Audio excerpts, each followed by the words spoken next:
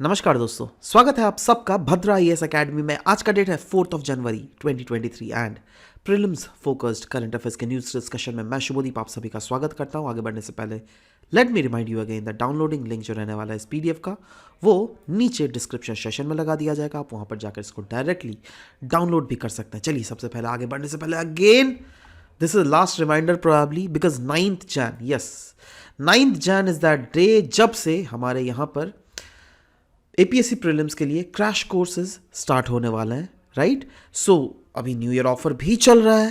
That is the course which you are earlier getting for 12,000 that is now available just at 7,000 rupees only, where you will be getting this much huge length of the benefits that you will be getting directly, right?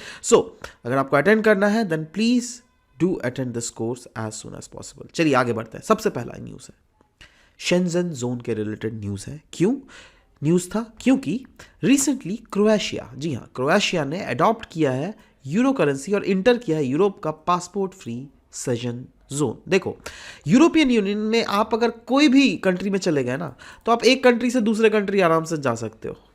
जैसे क्या है ना that अगर south Asia में चले गए तो India से पाकिस्तान डायरेक्टली जा सकते हो? नहीं। इंडिया से चाइना जा सकते हो? नहीं। You need visa for that, right. But यहाँ पे उतने ज़्यादा कॉम्प्लिकेशंस नहीं है, राइट।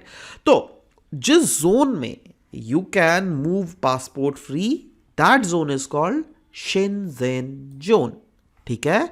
इस जोन में जहां पे 27 यूरोपियन कंट्रीज हैं, जब तो 28 हो गई है, they have abolish their internal borders for free and unrestricted movement of the people. देख रहे हो, है ना। तो ये कहीं ना कहीं हार्मोनाइज करती है विद द कॉमन रूल्स। हर एक जो कंट्रीज है कॉमन रूल है उनका related the border and fighting criminality by strengthening the common judicial system and police cooperation, yes, है ना। सो ये जो शेंजन एरिया है ना ये कवर करता है most of the European Union countries, जिसमें इंक्लूड होता है Ireland and the countries that are soon to be the part of Schengen area, जिसमें रोमानिया, बुल्गारिया एंड साइप्रस भी आता है। अभी अगर देख लीजिएगा तो इन रीजन्स में आइसलैंड, नॉर्वे, स्विट्जरलैंड और लिechtenstein ये एसोसिएट मेंबर तो है शेंजन एरिया का, but they are not the member of EU. समझ रहे हो? मतलब it is very much possible that you are becoming the part of Schengen area, but at the same time you can not be the part of European Union if you want to keep yourself out of it. Yeah, so this is all about this information. Next, novel water filter. Novel water filter मतलब एक नया water filter के बारे में बोला जा रहा है। ये न्यूज़ में क्यों है? क्योंकि इसकी कैपेबिलिटी है दैट ये रिमूव कर सकता है 99.9% ऑफ माइक्रोप्लास्टिक्स। ये बोला जा रहा है इस टेक्नोलॉजी के थ्रू दैट दुनिया का हाईएस्ट प्यूरिफिकेशन एफिशिएंसी जो है यह फिल्टर प्रोवाइड करेगा, जो क्या रिमूव करेगा अराउंड जो फिनोलिक माइक्रो प्लास्टिक्स होते हैं या फिर वोलाटाइल ऑर्गेनिक कंपाउंड कंटामिनेंट्स होते हैं, उनको हाई अल्ट्रा स्पीड से इनको प्यूरिफाई कर सकता है। और टीम सिंथेसाइज की है एक porous polymer with excellent adsorption performances and photothermal properties by reacting with an inexpensive and effective precursor. ये इनेबल करती है a material with fast adoption of micropollutants in the aquatic environment। और ये जो water treatment membrane है ना ये coat किया जाएगा with oxidized polymer and it was confirmed to purify phenolic contaminants through sunlight। चलो ये तो जस्ट फैक्चुअल बातें हैं जो कि आप लोगों को दी गई है ना। Next is smart programme. Ayurveda professionals के लिए स्मार्ट प्रोग्राम लाया गया है by National Commission of India System of Medicine NCISM, Central Council of Research in Ayurveda System that is CCRS, जो कि अंडर मिनिस्ट्री ऑफ आयुष है। तो इन्होंने मिलकर लॉन्च किया ये स्मार्ट प्रोग्राम। स्मार्ट का फुल फॉर्म क्या है? स्मार्ट SMART इस फुल फॉर्म है scope for mainstreaming Ayurveda research and teaching professionals. Smart programme इसका मेन एम है दैट कैसे बूस्ट किया जा सके साइंटिफिक रिसर्च को इन प्रायोरिटी हेल्थ का रिसर्च कर एरियाज, जिसमें आयुर्वेदा कॉलेजेस, हॉस्पिटल्स सब की बाद में बात की जा रही है। ऑब्जेक्टिव क्या है? ऑब्जेक्टिव है to identify, support and promote innovative research ideas. किसमें? हेल्थ केयर रिसर्च में भाई। और ये पता है किस किस टाइप के डिजीज को कवर करेगा? Osteoarthritis, iron deficiency anaemia, chronic bronchitis, right. उसके बाद ओबेसिटी, डायबिटीज, है ना। उसके बाद और भी बहुत सारे non alcoholic fatty liver diseases, right. So these everything will be covered under this smart programme, right. Next, lumpy pro vaccine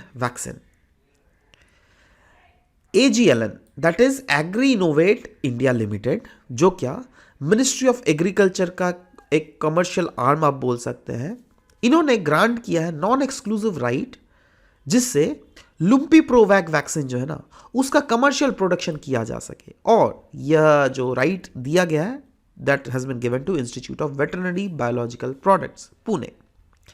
लुम्पी provac vaccine ये सेफ है एनिमल के लिए और ये इंड्यूस करता है माफ कीजिएगा गाइस, हाँ, सो ये बेसिकली ऐसे एंटीबॉडीज को इंड्यूस करता है जो क्या, जैसे लुम्पी स्किन डिजीज, जैसे लुम्पी स्किन डिजीज होती किसमें, जानवरों में होती है ना, तो उसके अगेंस्ट जो एंटीबॉडीज है वैसे इम्यून रिस्पॉन्स सिस्टम जो उनको चाहिए होता है इस वैक्सीन के थ्रू उनको मिलता है, राइट। सो ये वैक्सीन यूज किया जाता है for prophylactic immunization of animals against the lumpy skin disease. Clear है ना। वायरस जो है वो जेनेटिकली सिमिलर है गॉट पॉक्स और शिप पॉक्स के साथ, एंड इसको ट्रांसमिट किया जाता है बाय फ्लाइज एंड मॉस्किटोज या फिर टिक्स वो होता है जो क्या ब्लड को पीते हैं ना, उस टाइप के। नाउ LSD माफ कीजिएगा, ये जो डिजीज है lumpy virus skin disease, LSD lumpy skin disease, ये बिल्कुल ही इंसान को लेकिन इंपैक्ट नहीं करता है। किसको इंपैक्ट करता है? एनिमल्स को इंपैक्ट करता है। इसीलिए तो एनिमल्स के लिए यह लुम्पी प्रो वैक्सीन बनाया गया है। Next, Wassenaar arrangement. कहा जा रहा है इंडिया एज्यूम करेगा chairmanship of the plenary of Wassenaar arrangement for a year on January इतना, just 5 years after joining 42 members voluntary export control regime। तो सवाल होता है ये वॉसेनार अरेंजमेंट जो है ये मॉनिटर करता है ट्रांसफर ऑफ कन्वेंशनल वेपन्स और डुअल यूज गुड्स को। It facilitates information sharing and standard setting of conventional arms and dual use goods and technologies. Wassenaar arrangement को फॉर्मली स्टैब्लिश किया गया था 1996 में। इसमें 42 मेंबर्स हैं। मोस्टली जो है ये P5 मेंबर्स तो है ही यूनाइटेड नेशंस मेंबर्स का, बट हर P5 मेंबर्स को छोड़ के एक लेकिन कंट्रीज में नहीं है, वो है चाइना, राइट। इनका काम क्या होता है? ये जो 42 मेंबर्स कंट्री है ये एक्सचेंज करती है information on the transfer of conventional weapons and dual use goods and technologies. In fact India जब वॉसेनार अरेंजमेंट में आया था वो डेट था 2017 को, right, and being a member means India is recognized to have dual use technology। Wassenaar arrangement एक significant है India के लिए as it is non signatory to an NPT। मतलब दूसरे जो ऐसे बहुत सारे जैसे वर्ल्ड ग्रुपिंग्स है या फिर ऑर्गेनाइजेशंस है जिसमें इंडिया की एंट्री नहीं हो पा रही है just because of the fact that उसमें क्राइटेरिया चाहिए होता है that nuclear non proliferation treaty को साइन करना होता है, बट हमने तो साइन नहीं किया है, राइट। सो इसी के लिए तो एनीवेज, बट इसमें ऐसा कोई क्राइटेरिया नहीं है वॉसेनार अरेंजमेंट को साइन करते वक्त। इसका सेक्रेटरीट है वियना ऑस्ट्रिया में और प्लीनरी मीटिंग चेयर किया जाता है, रोटेट किया जाता है एनुअली में, right. Different other export control regime जो है वॉसेनार अरेंजमेंट के साथ साथ वैसे अगर देखिएगा तो एक है न्यूक्लियर सप्लायर ग्रुप जिसको हम लोग NSG भी कहते हैं, ये कंट्रोल करती है न्यूक्लियर रिलेटेड टेक्नोलॉजीज को। दूसरा है Australia group for the control of chemical and biological technology that could be weaponized. तीसरा है MTCR that is missile technology control regime जो क्या कंट्रोल करती है रॉकेट्स और other aerial vehicles capable of delivering the weapons of mass destruction.